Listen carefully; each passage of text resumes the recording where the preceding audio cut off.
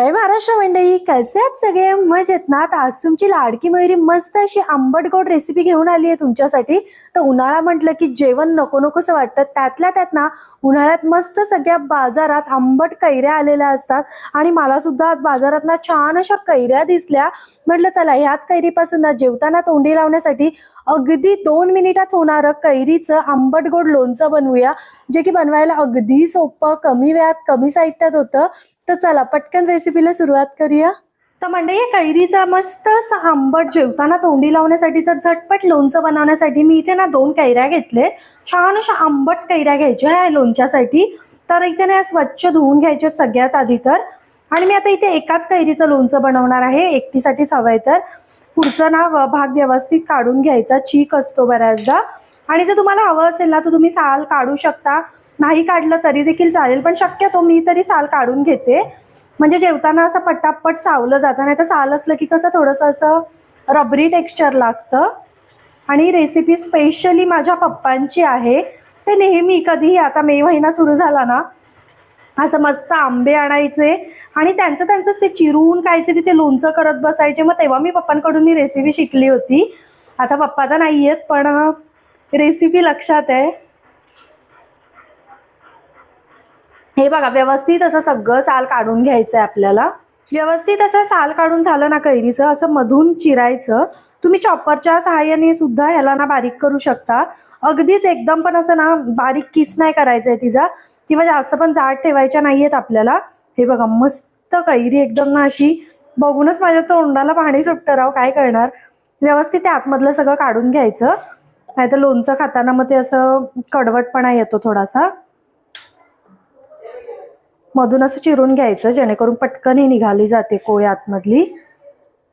आम्ही लहानपणी ना ही कोय अशी निघाली की मम्मी काहीतरी बोलून ना आम्ही गेम खेळायचो मस्तपैकी. तर आता हे सगळं ना व्यवस्थित असं अगदी बारीक बारीक चिरून घ्यायचंय, जितकं बारीक शक्य होईल तितकं. नाही तर ना चॉपर मधून एकदा फिरवून काढलं ना तरी देखील चालेल.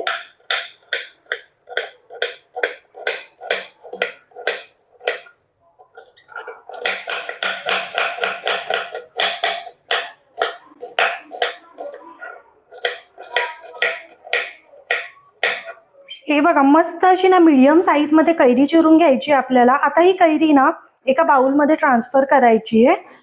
बाउल ना थोडासा मोठाच घ्यायचा. आणि आता जी बाकीची कैरी आहे ना ती सुद्धा आपण चिरून त्या बाउल मध्ये ट्रान्सफर करूया. आणि कैरी ना मस्त अशी ना, ही रेसिपी अगदी झटपट होते आणि खायला इतकी मस्त लागते ना. आता मी तुमच्यासोबत बोलतेय तरी माझ्या तोंडाला पाणी सुटतंय राव. आणि करून ना तुम्ही फ्रीजमध्ये सुद्धा ठेवू शकता, पण ह्याच्यामध्ये कसं थोडंसं मीठ असतं, त्यामुळे जेव्हा लागतं ना जेवताना तेव्हाच तुम्ही थोडीशी बनवा. अर्ध्या आंब्याची बनवली तरी चालेल आणि तेवढीच तितक्याच वेळात संपवून टाका. बिकॉज जितक्या वेळ तुम्ही ठेवाल ना, फ्रीजमध्ये जरी ठेवली तरी सुद्धा हिला पाणी सुटलं जातं. त्यामुळे तुम्हाला जितकी खायची आहे ना तितकीच तुम्ही बनवा. हे बघा, मस्त कैरी चिरून झालीये. आता ह्याच्यामध्ये काय काय टाकायचं ते सांगते तुम्हाला. तर आता या चिरलेल्या कैरीमध्ये ना बाकीचे आपण मसाले ऍड करून घेऊया. सगळ्यात आधी तर चवीपुरतं मीठ टाकायचंय. थोडं जास्त पडलं तरी काही नाही, कैरी तशी पण आंबटच असते. थोडीशी हळद टाकायची, हळद अगदी थोडी, हा नाही तर कडू लागतं मग ते. अर्धा चमचा मिरची पावडर, त्याचसोबत अर्धा चमचा धना पावडर, अर्धा चमचा जिरा पावडर. आणि इथे एक असं इन्ग्रेडियंट आहे ज्याची तुम्ही कधी कल्पना सुद्धा नसेल केली, ते म्हणजे शेंगदाण्याचं कूट. हो, शेंगदाण्याचं कूट. माझे पप्पा ना असं बेसिक हळद, मीठ आणि शेंगदाण्याचं कूट आणि थोडंसं तेल टाकायचे. तर आता हे आपण सगळे जिन्नस ना मिक्स करूया. आणि हे लोणचं असलं भन्नाट लागतं ना राव, खरंच.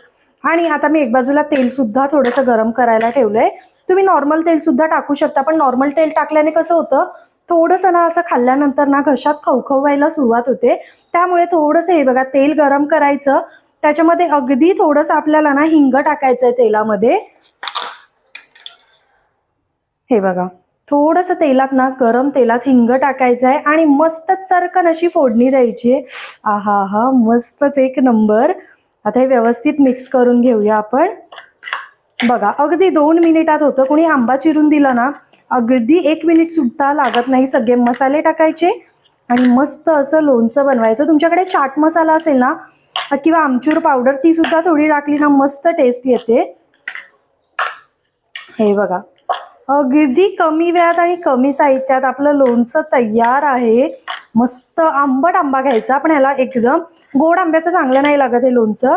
हे बघा, मस्त जेवताना तोंडी लावण्यासाठी झटपट असं लोणचं तयार आहे आपलं. थोडीशी कोथिंबीर टाकायची वरून. हे बघा कसलं भारी दिसतंय राव. सो तुम्ही सुद्धा ही रेसिपी घरी नक्की ट्राय करून बघा. आणि व्हिडिओ आवडला तर एक लाईक करा, चॅनलला सबस्क्राईब करा. भेटत राहीन अशाच नवनवीन व्हिडिओ सोबत. टिल देन बाय गाईज, खात राहा, मजेत राहा.